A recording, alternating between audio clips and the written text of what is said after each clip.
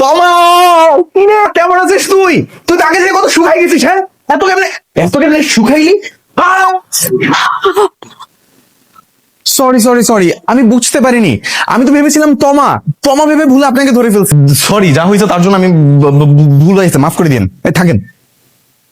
হায় আল্লাহ, আমি এতদিন এরকম একটা ছেলের জন্য ওয়েট করতেছি।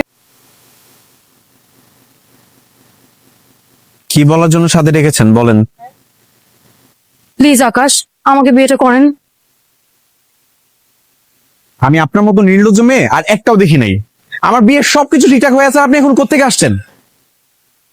এখান থেকে তোর ভাইটাকে একটু বোঝা না যে আমাদের অনেক সুন্দর মানাবে। এই নিয়ে যান এখান থেকে। আকাশ বুঝলেন? লিখে দিয়েছি তো সব। আরে সালাম করতে হবে না, সালাম করতে হবে না। আমি বলি কি আন্টি, বিয়েটা ক্যান্সেল করে দেন। আকাশের সাথে বিয়েটা ক্যান্সেল করে আমার সাথে দিয়ে দেন। আকাশের সাথে তোমাকে কেন দিয়ে দিই? জি, বিয়ের কার্ড রেডি হয়ে গেছে, সবকিছু গোছগাছ। এখন এসব হচ্ছেটা কি? কিন্তু মা, তুমি তো একটা অহেতুক ব্যাপার নিয়ে কথা বলছো। আকাশের বিয়ে এখানেই হবে। আন্টি প্লিজ, আমি আকাশকে অনেক পছন্দ করি আর আকাশও আমাকে অনেক পছন্দ করে।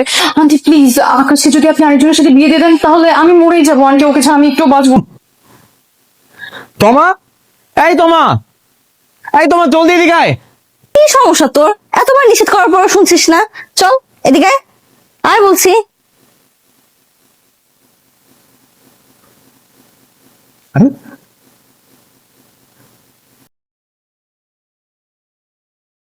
ওই যে ওইটাই মোহন আপু। তুই না বলেছিলি যে উনি ভদ্র মার্জিত পরিপাটি একটা ছেলে, তাহলে এটা কি? Any problem? Many problem. আসলে আমার ক্লাসিক ছেলে পছন্দ, ভদ্র মার্জিত পরিপাটি একটা ছেলে। আর তার যে লোক, এরকম ছেলে আমার কখনোই পছন্দ ছিল না। তাকে দেখেই আমার নিঃশ্বাস আটকে যাচ্ছে। আই এম সরি, আপনি রিজেক্টেড। হ্যাঁ? নীলা চল। আরে মেয়েটা আমাকে রিজেক্ট করছে মা। তোমার ছোট ছেলের জন্য এই সব কিছু হয়েছে, বুঝছো? ও আমাকে পাঙ্কু বানায় নিয়ে গেছে, আর তারপর মেয়ে আমাকে মুখের উপর রিজেক্ট করে দিছে। আমি ঠিক করে দিব, বলছি না আমি ঠিক করে দিব। যা, ওই মেয়ের সাথে তোর বিয়ে দিব। কি বলিস? তুই পারবি? আর করার কি আছে? কি ব্যাপার, তুমি এখানে? আর বলো না, আজকে তো মোহনাপুর বিয়ে, ওকে নিয়েই পার্লারে এসেছি। কি কি বলছো তো তুমি এগুলা? মোহনাপুর বিয়ে হয়ে গেলে আমার ভাইয়ের কি হবে? শোনো বা, আমি এখন যা করব তুমি জাস্ট আমাকে একটু সাপোর্ট করবা, দ্যাটস ইট। হ্যাঁ আচ্ছা ঠিক আছে। হ্যাঁ আপু চলেন না, আমি তো আপনার জন্য যে বাইক নিয়ে ওয়েট করতেছিলাম, চলেন নামাই দিয়ে। হ্যাঁ আপু, যাও যাও, আমি তোমার পিছে পিছে আসছি। যাও যাও। আরে কি ব্যাপার? আমার বাসা তো এদিকে, এদিকে কোথায় নিয়ে যাচ্ছ? আপনার বাসায় দিই কিন্তু আমার ভাইয়ের বাসায় দিই। এই, তুমি কি আমাকে কিডন্যাপ করতেছো? হরে ওরকমই কিছু একটা। ইতার বদমাশ, ইরে তোমাকে তো আমি। হ্যাঁ দেন দেন, মনের মধ্যে যত গালি আছে দিতে থাকেন, কোনো সমস্যা না। কি রে, তুই বিয়ে করেছিস? বিয়ে? ভাবি ভাবি, আমার ভাইয়ের মুখখান একবার দেখেন না, কি অবস্থা দেখছেন? এটা তোমার ভাই? তাহলে গতকাল কয়টা কে ছিল? কি রে, তুই কি ওনাকে বিয়ের আসর থেকে তুলে আনছিস? কি মিষ্টি দেখতে। আমার ছেলেটাকে বিয়ে করো না, ও খুব ভালো ছেলে। আমি তো শুধু কালকে ওই ছাপড়ি লোকের জন্য ওনাকে রিজেক্ট করেছিলাম। তাহলে তো হয়ে গেল, গতকালের লোকটা যেহেতু ফেক ছিল, তাহলে তো ম্যাডাম এখন আর ইয়েস বলতে সমস্যা নাই। হ্যাঁ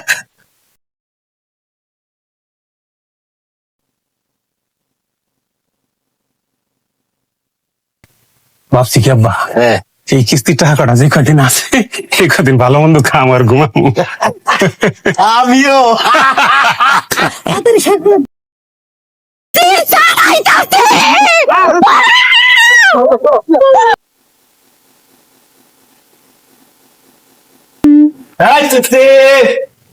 তাহলে ভাবি কিস্তির টাকা নিয়ে আসেন। ভাবির রেখেও তো লাভ নাই, ভাবিও বাড়িতে নাই। তার কি কোনো আক্কেল নাই? সে জানে না আজকে সোমবার কিস্তির টাকা দিতে হইব? সে কোন আক্কেলে বউ নিয়ে শ্বশুর বাড়ি বেড়াতে গেছে? সদস্য নাম্বার 405 মাসুম বাসার। মাসুম কাকা, মাসুম কাকা, কিস্তির টাকা নিয়ে আসেন। ভাবির রেখেও লাভ নাই, আব্বাও বাড়িতে নাই। কি জমিদার, একজন কিস্তির টাকা না দিয়ে শ্বশুর বাড়িতে বেড়াতে গেছে, আরেকজন ডাক্তারের কাছে গেছে।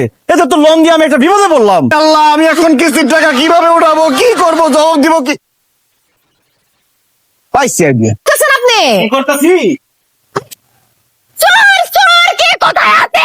ভাই, ওনার বাপ আর ভাই কিস্তির টাকা দেয় না তো, এই জন্য ওনাদের হাড়ি পাতিল, এই কাপড় চোপড় নিয়ে যাইতেছি, এগুলা বেচা টাকা শোধ করুম। আর সেগুলো নিব না, আমি রেখে দিতেছি ভাই।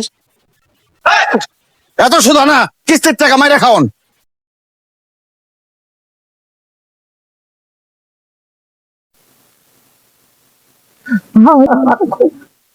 বেশি পাইকা গেছে তোর পোলায়। তোর পোলার কেমনে শিক্ষা দিতে হয় এটা আমাকে ভালো করে জানা আছে। মাসুদ, আরে তোর মারে, তোর মারে চেয়ারম্যান লোকজন কানে ধরে উঠবস করে দিতেছে। আমার মারে? কই কই যাস? হাই লাইলা, কই তুই? বাইরে আয়। মাসুদ তুই?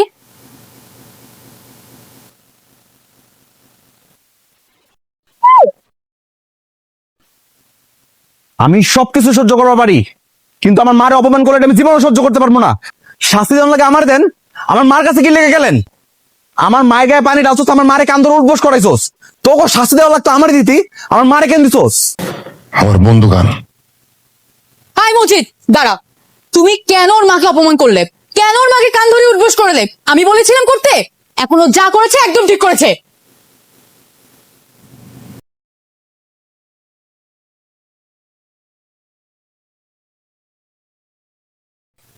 হ্যাঁ শান্তি ক।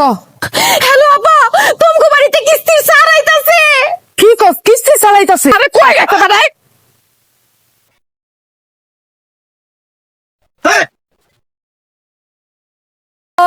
হ্যাঁ, কিস্তি। আপনার কাক্কেল জ্ঞান নাই, মায়া দয়া নাই। দেখেন না মানুষটা অসুস্থ। শোনেন, উনার মাথা ফাটছে না কি ফাটছে সেটা আমার দেখার কোনো দরকার নাই। আমি মৃত্যু পথযাত্রী রোগীর কাছ থেকে কিছু টাকা আদায় করছি, আর এত সামান্য মাথা ফাটছে, এত মরেই নাই, বাঁচা রয়েছে এখনো। এই মতিন ভাই, কিছু টাকা দেন। মতিন ভাই? হুনিকে স্যার?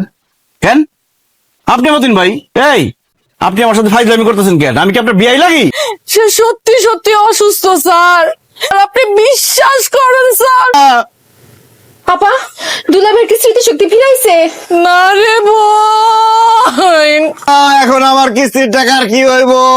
আরে ডাক্তার বলছে নিয়মিত ওষুধপত্র এবং ফল ফ্রুট খাওয়াইলে সে সুস্থ হয়ে যাবো। আপনি কিছু টাকা দিয়ে যান, হ্যাঁ ফল ফ্রুট খাওয়াই, দেখবেন যে স্মৃতিশক্তি ফিরাইছে। এটা করে রাখেন, আর ওনার স্মৃতিশক্তি ফিরার লিগে যা যা খরচ করার লাগে খরচ করে। আল্লাহ করে লোন দিয়া তো আমি কি বিপদে পড়ছি। এই টাকা আমার কাছে দাও। আরে কিসের? আরে কিসের? এটা আমারে দিছে না? আমি ধান্দা করছি, আমি হ্যাঁ, আমার কাছে না যে টাকাটা দিচ্ছে। টাকা দিছে নিচে কে? আমি নিচে